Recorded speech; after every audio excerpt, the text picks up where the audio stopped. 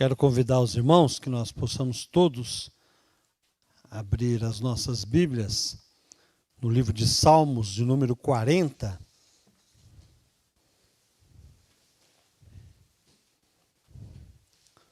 Salmo de número 40.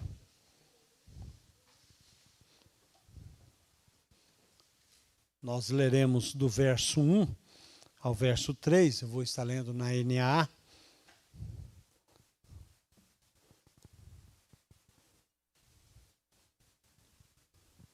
Se você achou, diga amém. Se você não achou, diga assim, espera um pouquinho aí que eu estou procurando aqui. Diz assim a palavra do Senhor: Esperei com paciência pelo Senhor, e Ele se inclinou para mim e me ouviu quando clamei por socorro. Tirou-me de um poço de perdição, de um atoleiro de lama, colocou os meus pés sobre uma rocha e firmou os meus passos. E me pôs nos lábios um cântico novo, um hino de louvor ao nosso Deus. Muitos verão essas coisas, temerão e confiarão no Senhor. Muito obrigado, Deus, pela Tua palavra que nos abençoa, que nos edifica, que nos confronta, mas também, ó Deus, que nos consola e nos fortalece. Nós te louvamos no nome de Jesus. Amém. O salmista está esperando pelo Senhor. E ele espera pelo Senhor da melhor forma que nós podemos esperar. Esperando, com paciência. Porque a impressão que dá é que a resposta da sua oração demorou. Quem tem algum pedido de oração que para você está demorando? E eu tenho um aqui que está demorando demais. Está demorando. Mas algo interessante é que o salmista, à medida que ele vai esperando, à medida que ele vai, o tempo vai passando, aquela espera vai se transformando numa prova. Uma prova de paciência. Né? Algumas versões desse texto vai dizer: esperei confiantemente no Senhor. Né? Confiar, esperar descansando no Senhor. Não é esperar como esperamos o lanche do McDonald's, né? Anda logo aí para poder comer logo e para poder ir embora logo, porque as coisas são muito rápidas. Então, quando nós pensamos nesse texto e olhamos o nosso contexto hoje, o nosso contexto hoje é ao contrário dessa paciência do salmista aqui. Porque nós, quando sai uma notícia que acontece alguma coisa lá no Japão, antigamente demorava algum tempo, alguns dias pelo menos, para chegar aqui. Acontece lá, já chega no seu celular, você já está sabendo rápido, e isso vai nos acostumando de uma forma ruim. Porque a gente aprende que as coisas têm que ser rápido e a gente crê que a nossa relação com Deus, daquilo que nós pedimos e oramos e estamos esperando, tem que ser assim também. Mas Deus não trabalha no nosso tempo.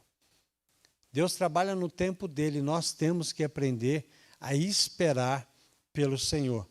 Mas é interessante porque o salmista não demonstra desânimo, talvez um pouco de cansaço de esperar, mas ele não desanima, ele persiste em receber a resposta, e quando ele recebe a resposta, ela vem de uma forma completa.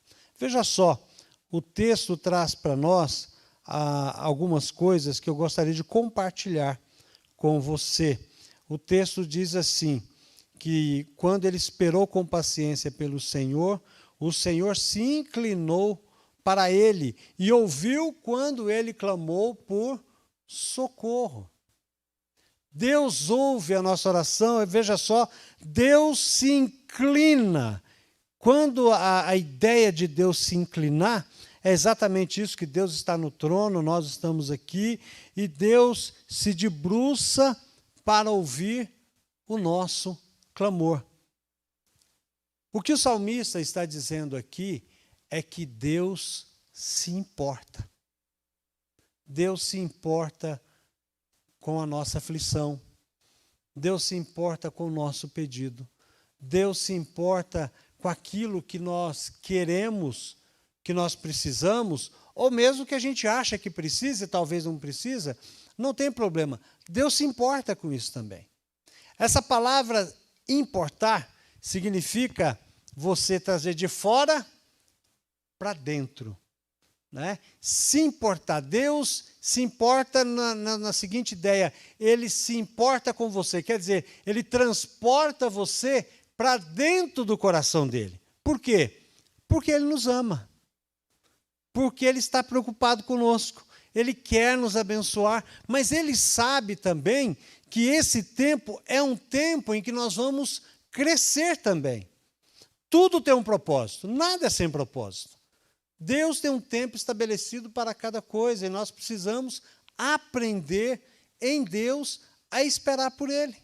Ele se inclina, Ele ouve, Ele não está ignorando a nossa oração.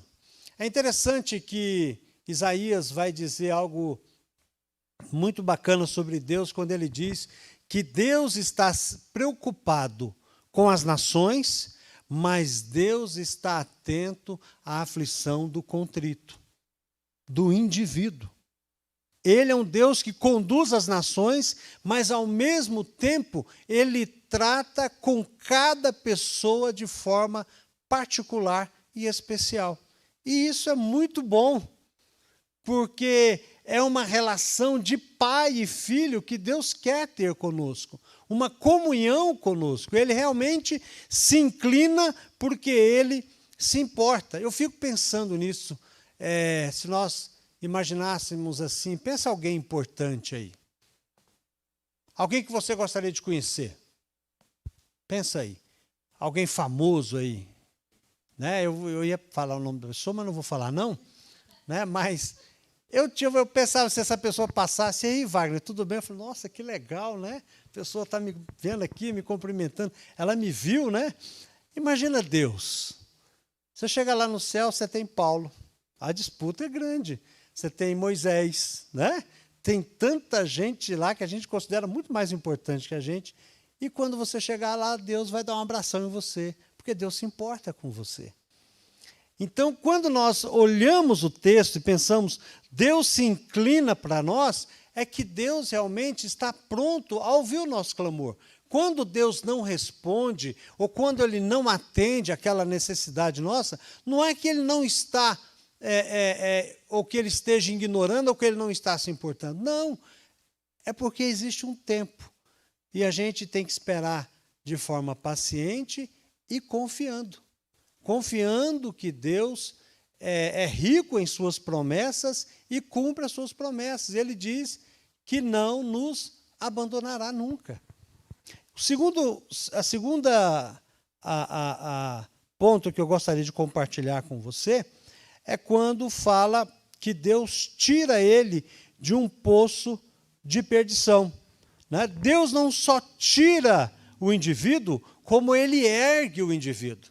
Deus tira aquela pessoa da situação em que ela está se encontrando. Ele vai dizer que Deus tira ele de um poço de perdição, de um atoleiro de lama, algo que está sujo. Pensamos no pecado, talvez estamos envoltos no pecado, nas nossas próprias lutas, dificuldades, limitações, e Deus, quando nós clamamos, Ele nos arranca dali, Ele nos tira, Ele faz com que nós possamos sair daquela areia movediça, que para onde nós nos viramos, né, sem resposta, nós vamos cada vez nos afundando cada vez mais, e Deus nos tira dessa situação. Às vezes nós pensamos, e o diabo faz isso, ele vai dizer para nós, ele coloca na nossa cabeça, dizendo que você não tem jeito não. Você erra, você peca, pede perdão, daqui a pouco você peca de novo. Você erra novamente, você erra repetidamente, e Deus não vai mais abençoar a sua vida. Isso é uma mentira do diabo.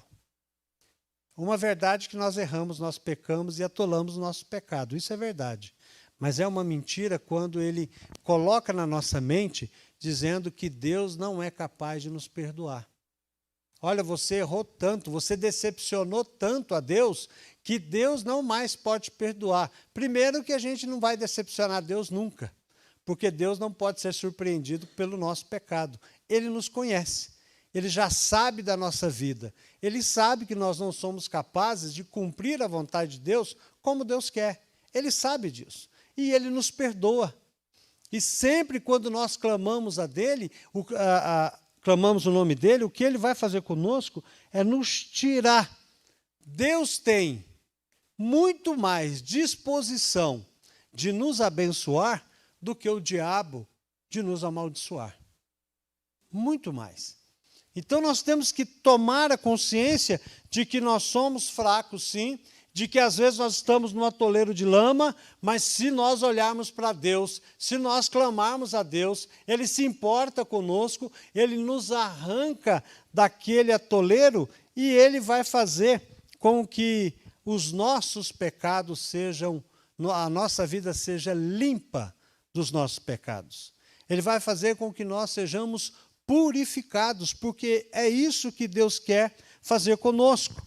A ideia de tirar de um lamaçal é de tirar de uma masmorra, de uma cova, de um poço de pecados e nos trazer para cima e nos estabelecer. O texto diz que quando Ele nos tira daquela lama, Ele coloca os nossos pés sobre uma rocha. Quem é essa rocha? Jesus é essa rocha. Ele é aquele que vai firmar os nossos passos. Ele é aquele que não vai nos colocar em terreno escorregadio, mas vai firmar os nossos passos, vai estabelecer a nossa vida. Ele vai nos purificar, Ele vai nos tornar irrepreensíveis. Ele vai fazer com que nós possamos entender qual é a nossa condição de pecador, mas sabendo que somos purificados por Jesus e que agora estamos firmados em Deus, estamos estabelecidos em Deus e colocando o nosso pé sobre as rochas, Ele está nos estabelecendo, Ele está nos ajustando, Ele está nos fixando em Jesus, para que nós possamos caminhar firmes com o propósito que Ele tem para nós. Deus tem um objetivo, Deus tem um propósito, e para que nós possamos estar firmes em Jesus e conhecendo o propósito, nós temos que clamar a Deus, esperar com paciência, mas ao mesmo tempo em que nós esperamos, nós continuamos fidedignos a Ele, confiando nele, mesmo que a resposta da minha oração ainda não vem, mesmo que eu ainda tenho que esperar, eu continuo a andar nos caminhos do Senhor. Eu continuo a fazer a vontade do Senhor. Eu continuo a viver a minha vida de acordo com aquilo que Deus preparou para mim. Eu não posso negligenciar, eu não posso ignorar aquilo que Deus tem para mim, porque Deus não respondeu a minha oração. Deus nos fez e está trabalhando na nossa vida para que nós sejamos maduros, firmes. Não criança mimada. Deus não tem filhos mimados. Deus tem filhos maduros, que aprende através das provações a confiar no Senhor, independente daquilo que eu peço ou daquilo que Deus me responde. Mesmo Deus não dando aquilo que eu peço, porque às vezes eu não sei como pedir, mesmo Deus não abençoando de acordo como eu gostaria, eu continuo servindo a Deus. É por isso que a Hebreus vai dizer que o justo viverá pela sua fé. E Abacuque vai dizer que o justo viverá pela sua fidelidade. Porque na cabeça do judeu, ele não entende como uma pessoa pode ter fé e não ser fiel a Deus. Isso é coisa nossa. Isso é coisa nossa. A pessoa tem fé que Deus vai abençoar. Ele vem na igreja, participa da campanha de oração, participa das alvoradas, participa das jornadas de oração, pede oração, mas não tem compromisso com Deus. Quando Deus abençoa ou ele é atendido naquilo que ele quer, ele vai embora. Isso na cabeça do judeu não entra. Porque para o judeu, ele tem fé em Deus, e por ter fé em Deus, eu continuo servindo a Deus, independente se Deus vai responder aquilo que eu estou pedindo ou não.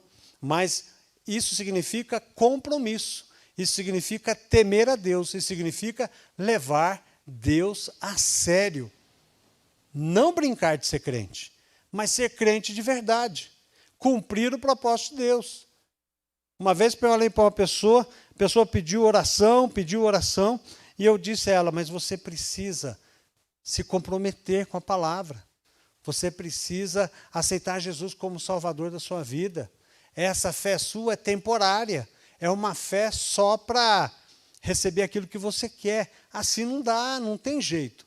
Você tem que comprometer-se com Jesus, recebê-lo como Salvador, se tornar crente, andar com a Bíblia debaixo do braço, sim, ler a Bíblia para os outros, dar testemunho de Jesus, falar de Jesus, mudar de vida. Ele falou assim, e como é que eu faço isso? A primeira coisa que você tem que fazer é aceitar Jesus e se batizar. É cumprir a ordenança de Jesus. Mas se batizar significa que eu tenho que me comprometer com a igreja? É claro. Jesus morreu pela igreja. Pai. Como é que pode ser diferente? Ele falou, não, pastor, eu não quero batizar. Porque eu não quero ter compromisso. Então, continua assim.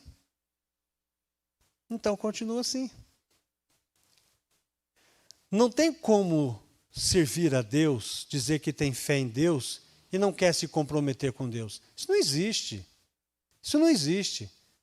Uma pessoa que está comprometida com o Senhor, uma pessoa que espera no Senhor e que Deus se inclina para ela, que Deus o ergue, que Deus o purifica, que Deus o estabelece, é uma pessoa que está comprometida com Deus.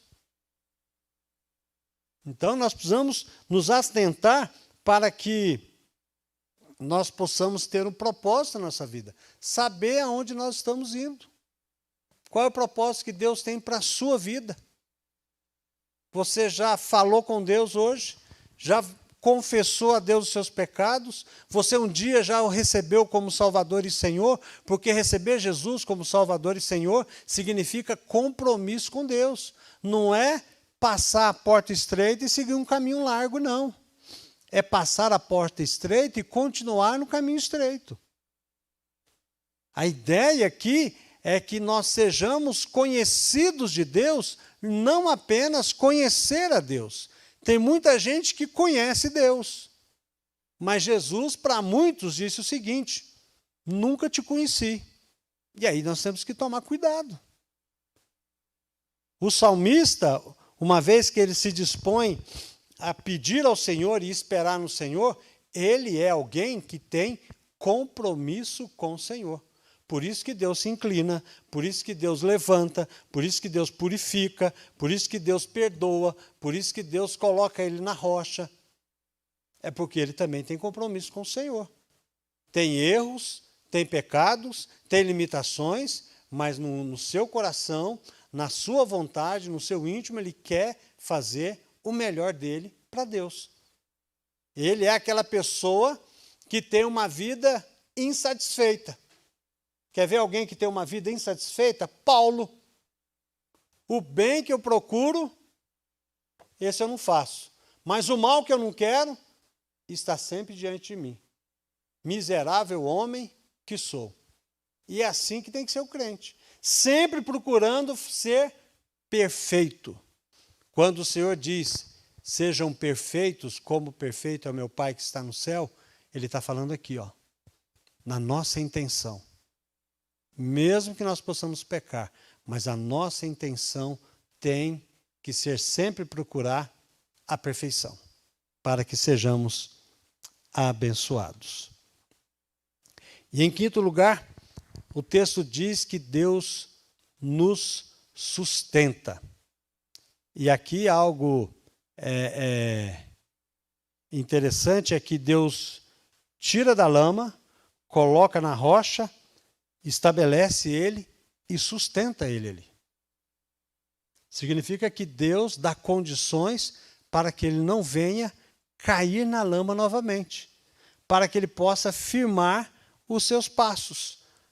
O texto de João capítulo 15, verso 5 diz assim: eu sou a videira, vocês são os ramos. Quem permanece em mim e eu nele, esse dá muito fruto. Porque sem mim vocês não podem fazer nada. Duas coisas nesse texto falam sobre o sustento de Deus.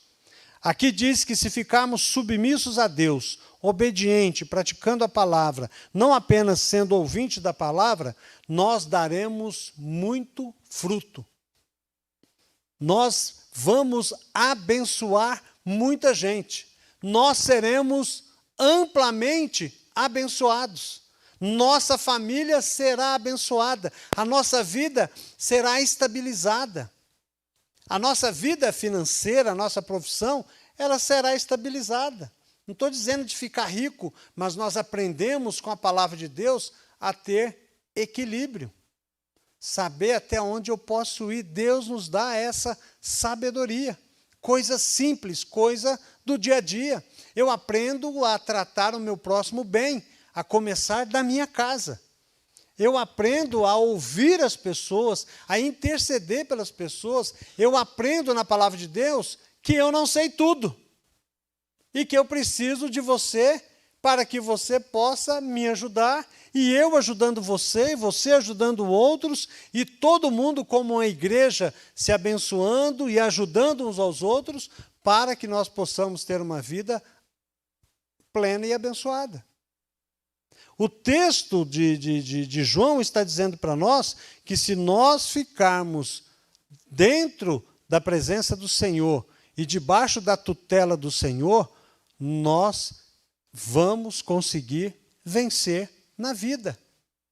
Agora, uma vez que a minha vida desanda, uma vez que a minha vida perde o rumo, uma vez que a minha vida cai em pecado, é porque eu me afastei de Deus. Não é porque Deus não quer me abençoar. Então, nós precisamos encarar a situação, nossa situação, como gente que é totalmente dependente de Deus. Por isso que Jesus diz o seguinte: sem mim vocês não podem fazer nada. Nada é nada. Você não é capaz de levantar hoje de manhã e poder tomar o seu café e trabalhar se Deus não autorizar isso na sua vida. Somos totalmente dependentes de Deus. Você está com saúde? Graças a Deus. Amém? Né? Você está vivo, está aqui no culto, está assistindo aí de casa? Glória a Deus. É Deus que ordenou que você pudesse fazer isso. Então nós temos que tomar consciência, nós não vamos para lugar algum. Nós não levantamos cedo porque a gente fala para as pernas, força aí, vamos levantar e vamos trabalhar. É Deus quem faz isso. E a gente tem que aprender a ter consciência que sem Jesus nós não podemos fazer nada. Se nós não conseguimos fazer as coisas mais simples, como nós podemos pensar que podemos realizar as coisas maiores? Somos totalmente dependentes de Deus. Em último lugar, Deus coloca um hino de louvor em sua boca. Depois que Deus tira da lama, depois que Ele se inclina, depois que Ele estabelece, depois que Ele sustenta, depois que Ele dá a direção, Deus vai fazer com que eu e você possamos cumprir aquilo para o qual nós fomos criados. Nós fomos criados para o louvor da glória de Deus. É por isso que o salmista vai dizer: e Deus colocou em meus lábios uma nova canção. Isaías 43, verso 21 diz assim: a este povo que formei para mim, para celebrar o meu louvor. Efésios capítulo 1, o verso 5 e o verso 6 diz assim: adotados como seus filhos por meio de Jesus Cristo, segundo o propósito de sua vontade, para o louvor da glória de sua graça, que ele nos concedeu gratuitamente no amado. Quando nós louvamos a Deus, nós cumprimos o propósito da nossa criação, pois para isso que nós fomos criados, para louvar e adorar a Deus. Quando nós louvamos a Deus, e eu não estou dizendo de canção também, mas eu estou dizendo de vida. Quando nós louvamos a Deus quando nós louvamos e adoramos a Deus é quando nós dizemos não ao pecado. Quando eu digo sim a Deus. Quando eu decido não pecar contra Deus. Quando eu não peco por ação e quando eu não peco por omissão. Quando eu resolvo que eu aprendo que eu preciso ler a Bíblia todos os dias, então eu estou cumprindo a vontade do Senhor. Eu estou adorando a Deus. Quando eu digo não ao pecado, eu estou dizendo sim a Deus. Quando eu digo não à mentira, eu estou dizendo sim a Deus. Quando eu digo não à preguiça, eu vou para a igreja louvar, eu estou dizendo sim a Deus. Então eu sou convocado e fui criado por Deus para servi-lo, para louvá-lo e para adorá-lo. É para isso que nós fomos criados. Embora muita gente pense, a vida é minha, o corpo é meu, eu faço o que eu quero, não faz não. Pode até fazer, mas há consequência. E a gente precisa aprender e entender que nós somos a coroa da criação de Deus. Quando eu penso nisso, eu tremo. Um dia desse eu vi uma filha de uma atriz, eu não sei o que é. Não sei o que é. Eu sei que foi muito famosa na década de 70, 80, e teve uma filha, e a filha, uma moça muito bonita, que foi mudando, e se transformou num homem. E virou um homem. Se você passar na frente, você acha que é um homem. E eu fico pensando, o dia que uma pessoa assim chegar na presença de Deus. Porque nós somos a criação de Deus, a coroa da criação de Deus. Como é que alguém pode destruir aquilo que Deus faz? Não só externamente, mas internamente. Nós somos a habitação de Deus. Deus mora no coração de cada um que o recebeu como Salvador e Senhor. E nós temos que cuidar bem de nós, não permitindo que nosso corpo, a nossa vida, seja destruída pelas coisas deste mundo. E a ideia do diabo é essa mesmo. Ele quer destruir, ele quer deturpar. O diabo faz, sabe o que ele quer fazer? Aquilo que alguém não pode fazer com seu pai. Já viu alguém assim que odeia o outro? Então ele odeia tanto alguém, mas ele não consegue atingir alguém, então o que ele vai fazer? Ele vai atingir quem aquele alguém mais ama, que é o seu filho. Já pensou? Alguém quer fazer o mal para você, Carlinhos, e fala assim, eu quero fazer um mal tão grande para o Carlinhos, que eu não vou fazer para ele, eu vou fazer para o filho, para o neto. Já pensou isso? Que coisa terrível. E o diabo faz isso, ele não pode atingir Deus. Ele vai atingir quem? A criação de Deus. A criação de Deus. E Deus não passa isso despercebido não, irmãos.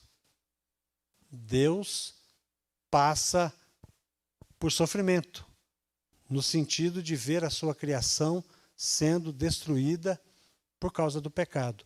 Por isso que Jesus morreu na cruz, para que eu e você pudéssemos ter vida e vida abundante, aprender a viver uma vida cristã, esperando em Deus, sendo usado por Deus para glorificar o nome do Senhor. O salmista aprendeu isso, às duras penas, mas ele aprendeu a confiar em Deus, ele aprendeu a depender de Deus, ele aprendeu a ter uma vida na presença de Deus e tudo que ele fazia, Deus era glorificado através da vida dele. E o que Deus quer da minha vida e o que Deus quer da sua vida é que nós possamos adorá-lo, servi-lo, louvá-lo e aprender a esperar no Senhor. Que Deus nos abençoe. Vamos orar? Senhor, nós te louvamos, nós te agradecemos por esta noite, ó Deus, pela tua palavra que é viva e eficaz. Senhor, nos abençoa, Pai. Ajuda-nos, ó Deus, a aprender como salmista, a esperar confiando no Senhor, sabendo que o Senhor é o Deus capaz de nos tirar da lama, do pecado, nos estabelecer, nos firmar em Jesus e que nós possamos tomar essa decisão a cada dia de estarmos firmes, totalmente dependentes do Senhor, sabendo que sem o Senhor nós não podemos fazer nada, mas com o Senhor nos permitirá andar e criar uma linda história juntamente com o Senhor. Nós te agradecemos por cada irmão que está aqui, por cada amigo que está aqui, que recebeu essa palavra vinda do Senhor, e que possam, ó Deus, permitir que o teu Espírito Santo faça as transformações necessárias para que sejamos todos nós juntos abençoados. É a nossa oração, no nome de Jesus. Amém.